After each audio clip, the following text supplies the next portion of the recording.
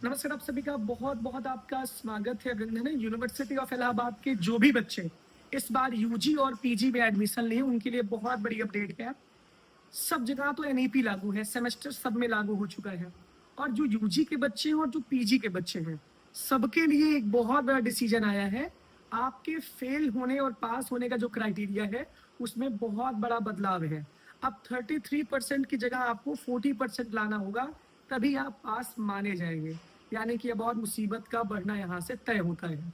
Semester है तो वहाँ पे अपॉर्चुनिटी आपके पास ज़्यादा रहेगी।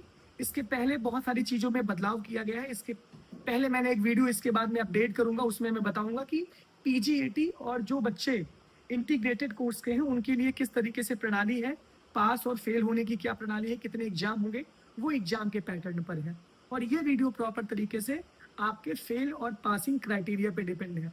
आपको पता है यूनिवर्सिटी ऑफ इलाहाबाद में इस बार नई शिक्षा नीति सभी कोर्सेज में लागू हो गई है। इसमें बीए, बीएससी, बीकॉम 4 वर्ष के हो गए, यानी कि 4 ईयर के ऑनर्स के कोर्सेज हो गए हैं। इसके साथ साथ इंटीग्रेटेड भी बहुत सारे कोर्स हैं। बीए मीडिया स्टडीज 4 ईयर का है, बी वॉक मीडिया प्रोडक्शन 3 साल का है, बीसी एक 3 साल का, एक इंटीग्रेटेड कोर्स 5 साल का है। इसके साथ साथ B voc food processing, BSc MSc family and community science, BLLB 5 साल का है। तो ये सारी चीज़ें यहाँ पे इस समय लागू हैं। ये वीडियो कॉलेज और कैंपस दोनों के बच्चों के लिए जरूरी है, चाहे वो बच्चे कॉलेज में एडमिशन लिए हों, चाहे आप मेन कैंपस में एडमिशन लिए हो। इंपॉर्टेंट, आप ध्यान से इसको सुनना कि आप अगर आप जरा सा भी कोताही करेंगे तो आप तुरंत लटक जाएंगे। लटक जाने का मतलब, सबसे पहले तो आपका अगर एडमिशन नया है तो आप सीरियस होकर कम से कम पहला सेमेस्टर पढ़ लीजिए, या दूसरा सेमेस्टर भी आप सीरियस होकर पढ़ लीजिए, क्योंकि परीक्षा के समय आपके साथ सिर्फ आप ही खड़े होते हैं। जितनी मटर गश्ती है सब चली जाती है। इंपॉर्टेंट बात आप ध्यान दे दीजिए। सबसे पहले जानिए कि इलाहाबाद यूनिवर्सिटी एक्सप्रेस के टेलीग्राम और इंस्टाग्राम पे पूरा ग्राफिक्स में अपलोड कर दूंगा, एक कैलकुलेशन वाला, वो आप देख लीजिएगा, उसको आप ज्वाइन कर लीजिए। इस अभी तक आपने सुना होगा कि फेल और जो पास का क्राइटेरिया था वो 33% अगर पा जाएंगे तो यूपीएससी आप एग्जाम में एलिजिबल हो जाएंगे। पास ही होना जरूरी है, लेकिन अब 40% पे ही आप पास होंगे। ये एनईपी के तहत मूल्यांकन प्रक्रिया में बड़ा बदलाव है। कुलपति मैम की अध्यक्षता में विद्वत परिषद की बैठक में ये मुहर लगी है, यानी कि एकेडमिक काउंसलिंग और एग्जीक्यूटिव काउंसलिंग, इस तरीके से चीजें रहती हैं। अब इसमें आपको ध्यान देना होगा। सबसे पहले आप ये जानिए कि जो आपके पेपर होंगे, बीए, बीएससी, बीकॉम में एक अलग उसका शेड्यूल है। बीए, बीएससी, बीकॉम, बी और बीएससी में मेजर और माइनर का कॉन्सेप्ट है, वहां पे अलग पूरा पैटर्न होगा। बाकी बीकॉम में अलग से पूरा कार्यक्रम होगा, और जो भी सेमेस्टर के कार्यक्रम है वो अलग अलग होंगे। लेकिन 40% आपको पास होना जरूरी है। पास होने के लिए इंटरनल और एक्सटर्नल, यानी कि इंटरनल का मतलब 40% आपका इंटरनल रहेगा, 60% आपका एक्सटर्नल रहेगा। ये सेमेस्टर वाली बात मैं कर रहा हूँ, आप ये बात जान लीजिए। और जो बच्चे बीए, बीएससी में हैं उनके लिए भी यही लागू होगा कि 40% कम से कम पासिंग क्राइटेरिया आपका होना चाहिए। एक वीडियो इसके बाद मैं पीजीएटी का अपलोड करूंगा, जो भी कोर्सेज इंटीग्रेटेड वाले उनकी अपलोड करूंगा, क्योंकि उनका पैटर्न अलग है।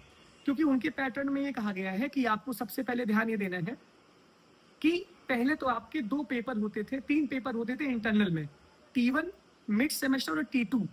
अब उसकी जगह आपके इंटरनल में सिर्फ 2 पेपर होंगे, T1 और T2।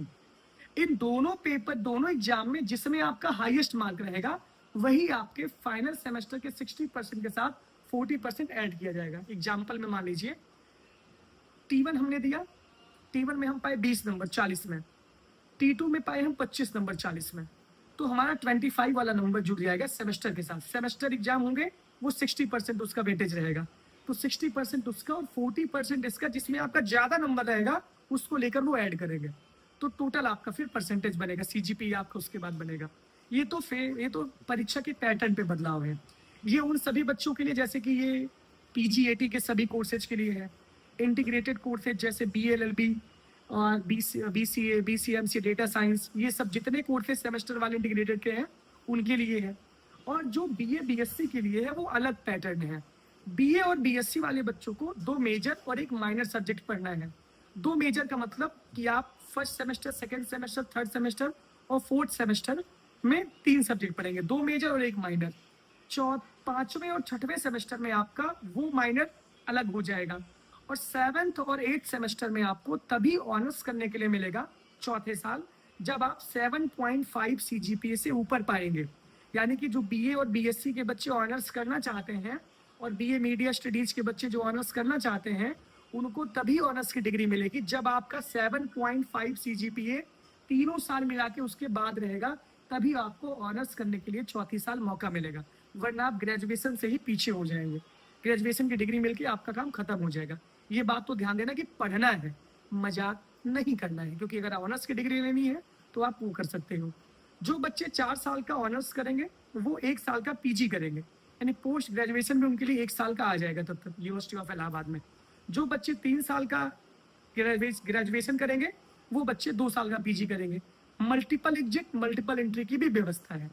बीए बीएससी के बच्चों के लिए इसमें देखा गया है कि जो आपका 2 मेजर सब्जेक्ट है, मेजर सब्जेक्ट के जो आपके कोर्सेज हैं वहां पे आपकी लिखित परीक्षा होगी। मान लीजिए कि मेरा बीए में हिंदी फिलॉसफी एंशिएंट सब्जेक्ट था, ये था भी, मैंने जो मेजर रखा था क्योंकि थर्ड ईयर में जो मेरा सब्जेक्ट छूट गया था वो एंशिएंट मैंने छोड़ दिया था, मैंने हिंदी और फिलॉसफी को मेजर दोनों रखा था, माइनर मैंने एंशिएंट को रखा था।